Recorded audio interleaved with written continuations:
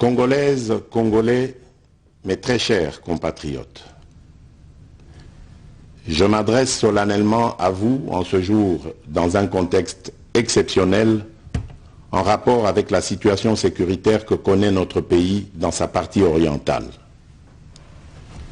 Ce contexte d'agression et d'occupation des territoires dans le Nord Kivu est perpétré par le groupe terroriste dit du M23 avec l'appui avéré en hommes et en logistique du Rwanda.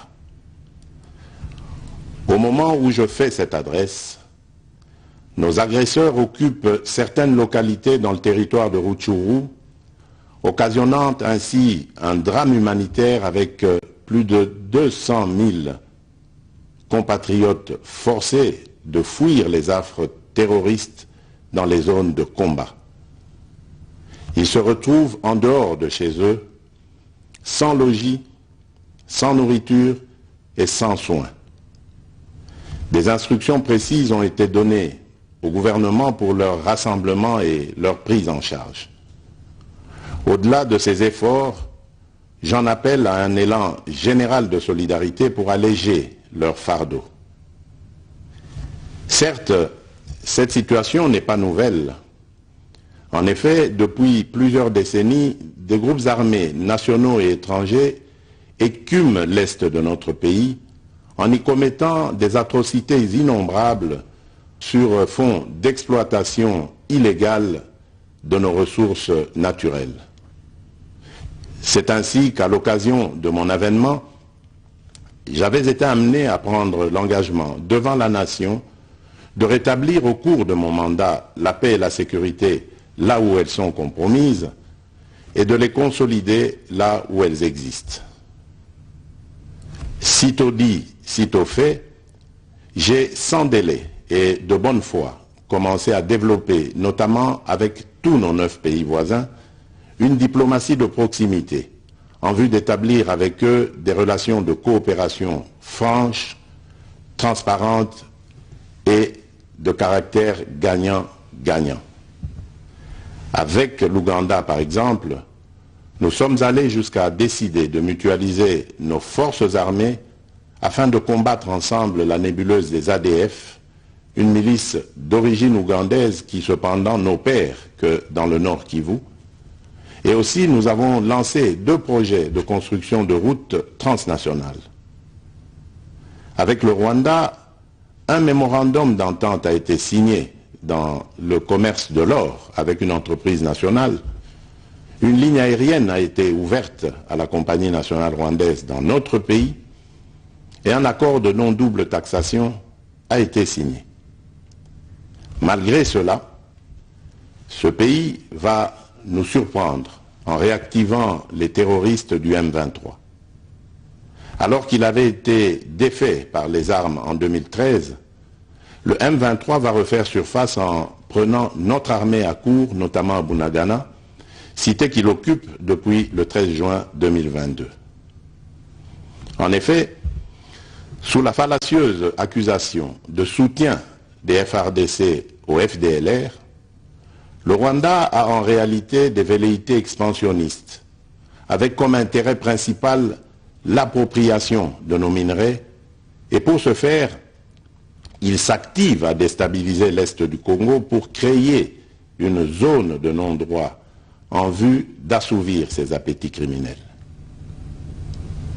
Pour faire face à cette situation, 2 options s'offraient à nous, la diplomatie ou la guerre.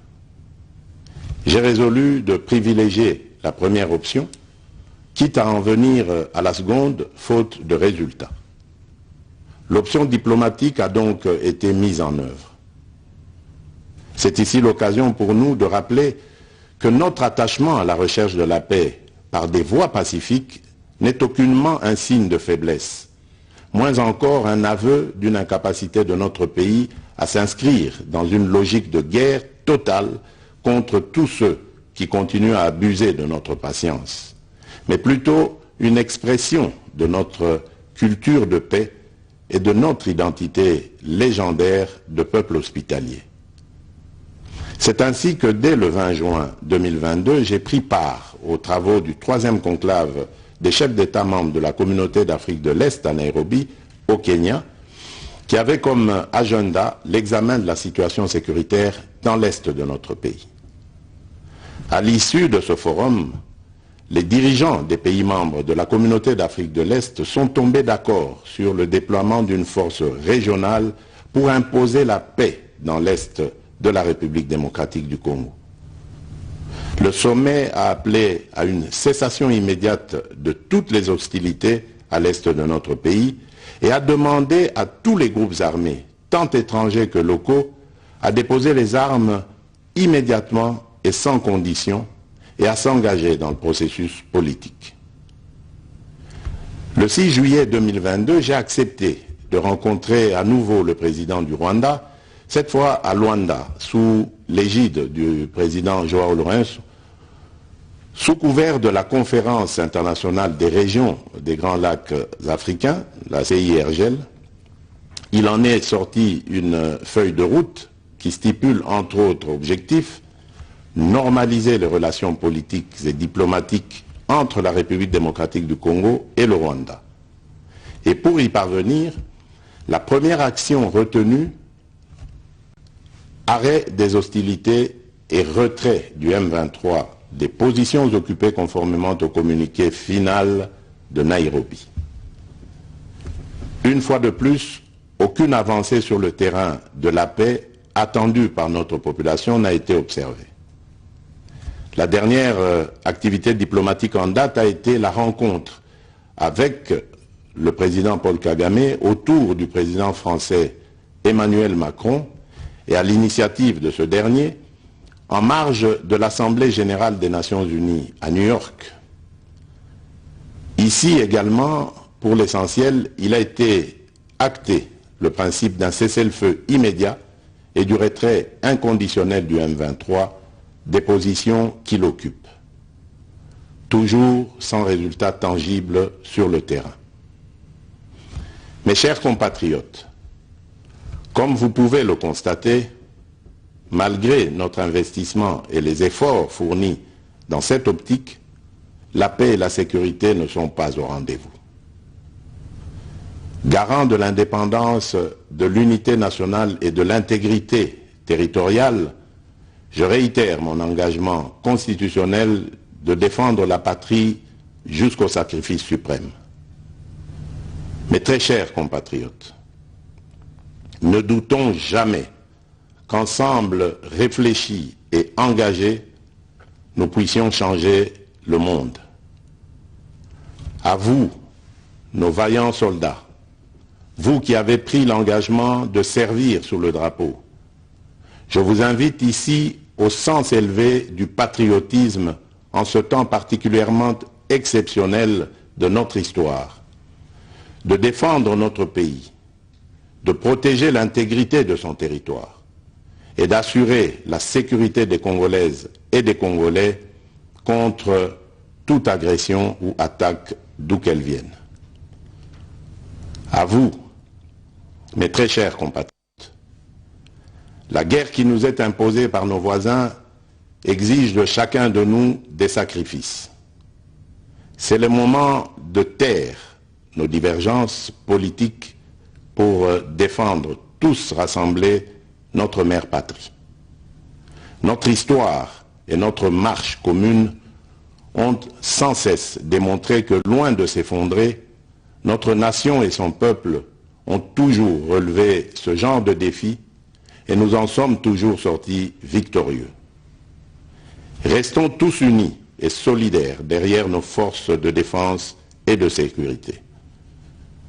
La situation actuelle, loin de nous affecter, n'est qu'une épreuve de plus que nous allons surmonter pour raffermir davantage notre unité.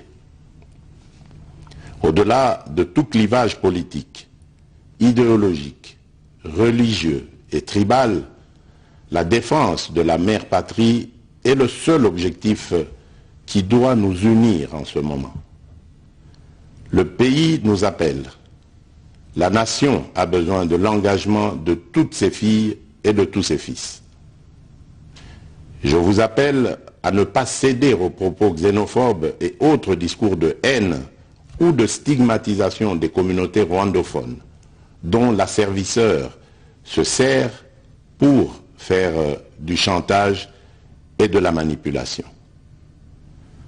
Tout acte allant dans ce sens sera sévèrement puni. En réponse à la forte demande de la jeunesse, j'invite celle-ci à s'organiser en groupe de vigilance en vue d'appuyer et d'accompagner et de soutenir nos forces armées, nos forces de défense dans l'accomplissement de leur noble mission.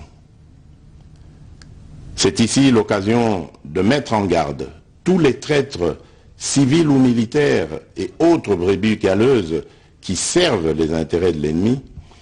Ils seront exposés à la rigueur de la loi en ayant le juste châtiment que mérite ce genre de comportement. En outre, tout en renouvelant mon appel lancé à nos jeunes qui en ont la vocation de s'enrôler massivement dans nos forces armées. Je réitère l'instruction faite au chef d'état-major général d'accélérer à cet effet la mise en place de centres de recrutement à travers les 26 provinces que compte notre pays. Chers compatriotes, nous devons ensemble avoir conscience que nul autre que nous-mêmes ne viendra sauver notre nation et que cela exige de chacun de nous une mobilisation tous azimuts. Que Dieu bénisse la République démocratique du Congo. Je vous remercie.